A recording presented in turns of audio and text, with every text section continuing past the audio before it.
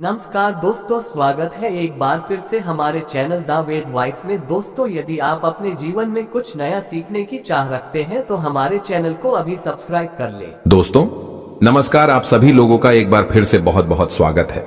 माता रानी जगत, माँ जगत देवी प्रकृति की रानी माता वैष्णो के लिए एक लाइक जरूर करें।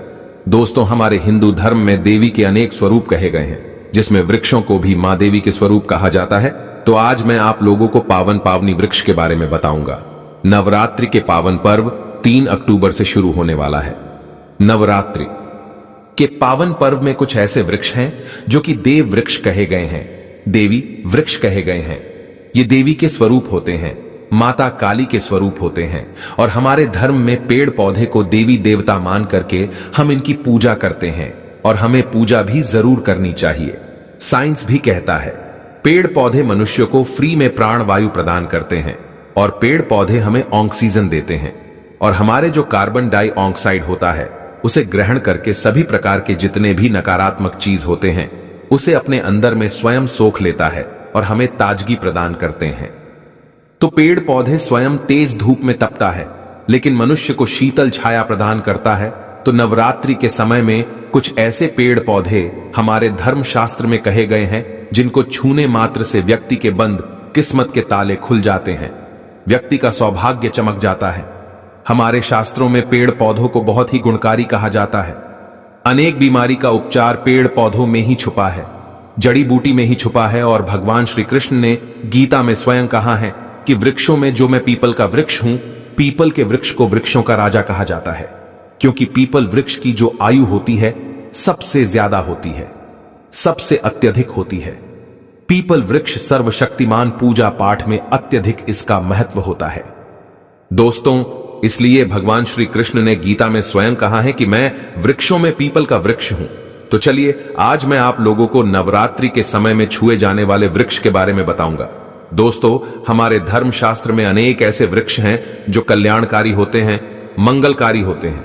अगर इस वृक्ष को छू लेते हैं तो आपकी सभी प्रकार की परेशानी है, सभी प्रकार के कष्ट हैं, ये सब समाप्त हो जाते हैं।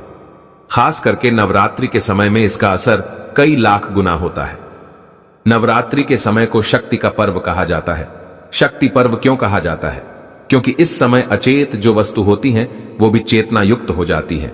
अर्थात इस समय जो शक्ति हमारे धरती लोक में आ जाती है, नौ दुर्गा को क्या बोल सकते हैं?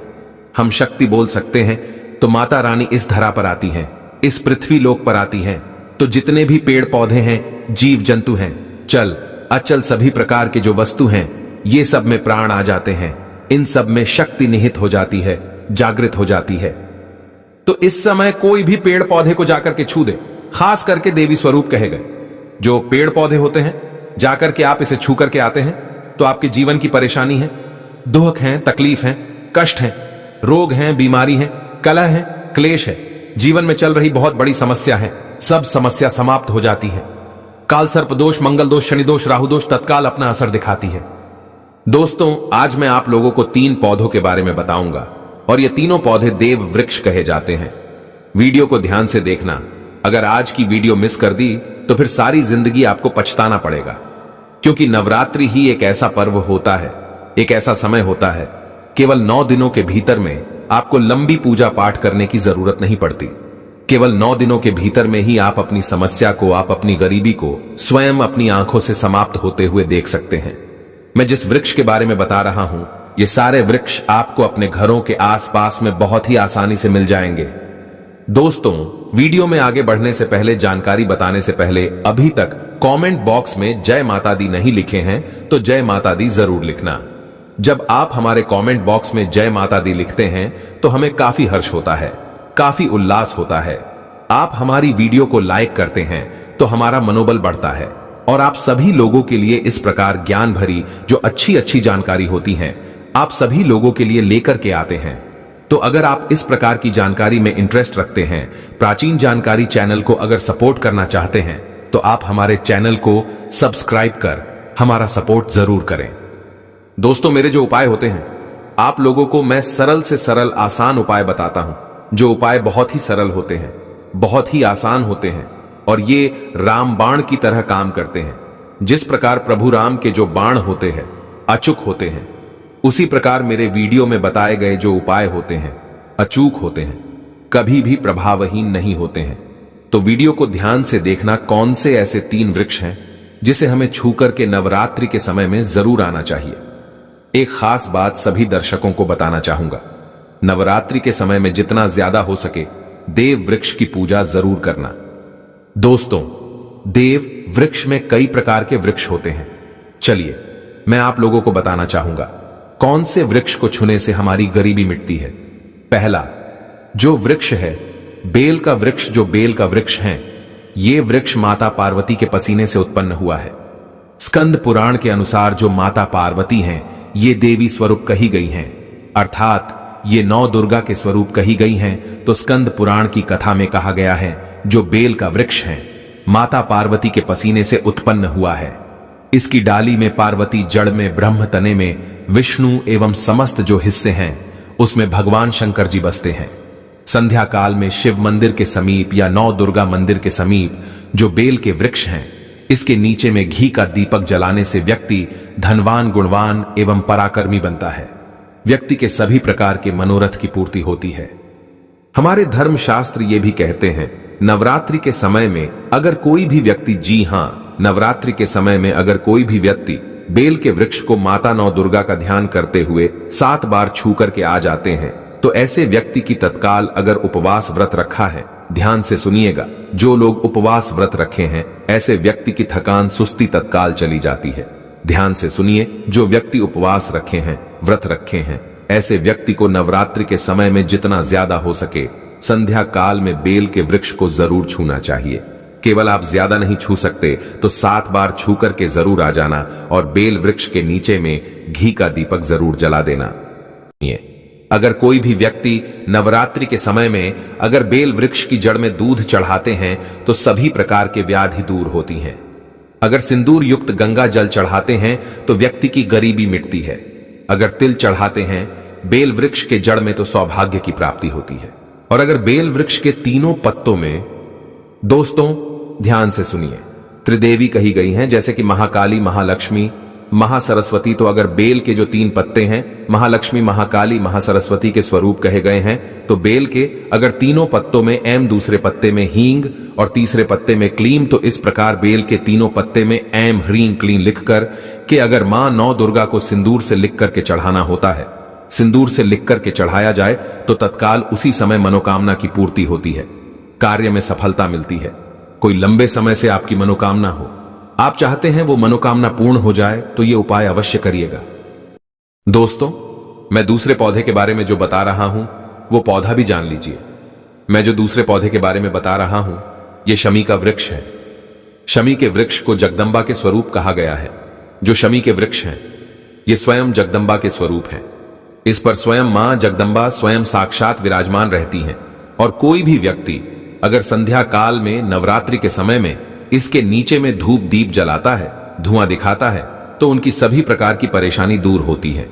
धर्मशास्त्र कहते हैं अगर कोई भी व्यक्ति नवरात्रि के पूरे समय में हो सके, अगर आप एक दिन भी करना चाहते हैं तो आप ये उपाय एक दिन भी कर सकते हैं, पंचमी या सप्तमी के दिन कर सकते हैं। तो हमारे धर्मशास्त्र में कहा गया है अगर नवरात्रि के समय में लाल चूड़ी अगर कोई भी व्यक्ति मनोकामना बोलते हुए शमी के वृक्ष में बंधे तो वह मनोकामना की पूर्ति होती है। लाल चूड़ी अगर कोई भी महिला जाकर के बांधती है तो उन्हें सौभाग्य की प्राप्ति होती है, उनके पति की कभी भी अकाल मृत्यु नहीं होती। इसकी जड़ में सिंदूर डालने से व्यक्ति को आरोग्य की प्राप्ति होती है। जो लोग लंबे समय से बीमार पड़े हैं, ऐसे व्यक्ति के जो घर में रहने वाले सदस्य हैं, वो लोग जो बीमार पड़े हैं, उनके शरीर से 7 बार सिंदूर को उतारा करके शमी की जड़ में डाल सकते हैं तो उनके रोग जल्दी ठीक हो जाएंगे। जो लोग लंबे समय से बीमार पड़े हैं या फिर आप बीमारी से बचना चाहते हैं, निरोग रहना चाहते हैं तो इसकी जड़ में सिंदूर जरूर डालें। मनोकामना पूर्ति करने के लिए मैं एक मंत्र बता रहा हूं। इस मंत्र को बोलते हुए शमी के वृक्ष को छूना है। इस मंत्र को बोलते हुए शमी के वृक्ष को छूना है। आप तत्काल नवरात्रि के समय में इसका रिजल्ट देखना। जैसे ही नवरात्रि समाप्त होगा आपकी जो मनोकामना है उसकी पूर्ति हो जाएगी। आपकी जो दरिद्रता है वो दरिद्रता समाप्त हो जाएगी। तो मंत्र कौन सा है? तो आपको बोलना है मम मनोरथ पूरे मम दरिद्र नाश्य। ये मंत्र आपको बोलना है। ये मंत्र बोलते हुए शमी के वृक्ष को छूना है।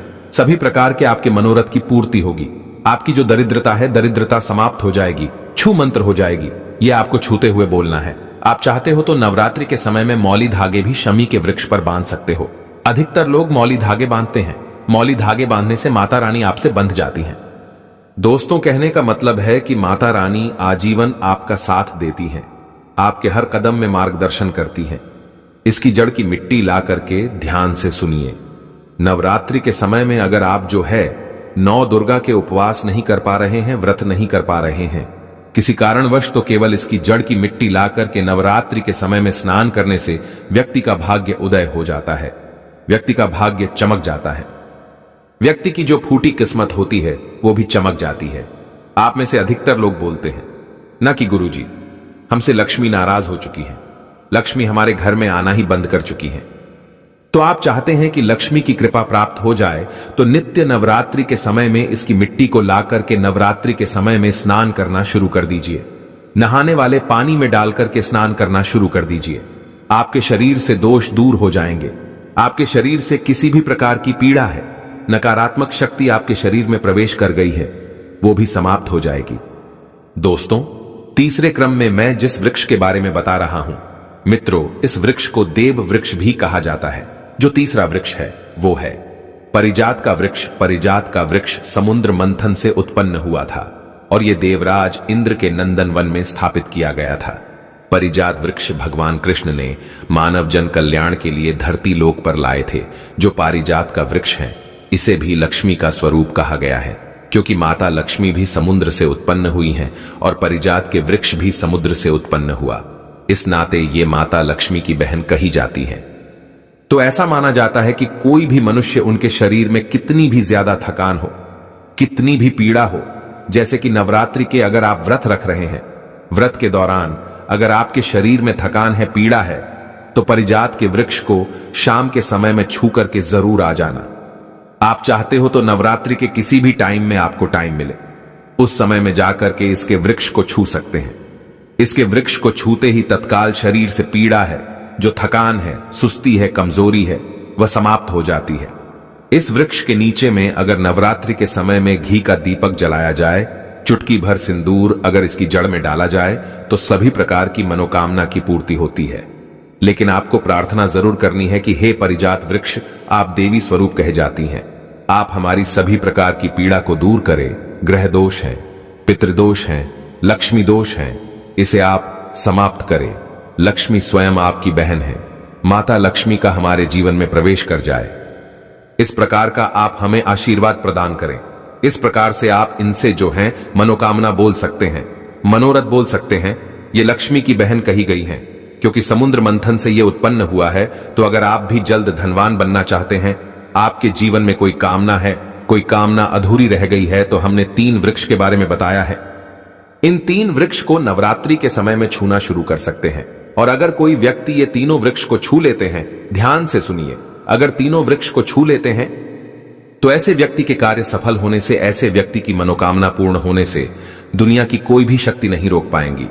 मनोकामना पूर्ति करने के लिए, कार्य में प्रगति प्राप्त करने के लिए, अपनी किस्मत को चमकाने के लिए, सोए हुए भाग्य को जागृत करने के लिए नवरात्रि में ये उपाय जरूर करिएगा।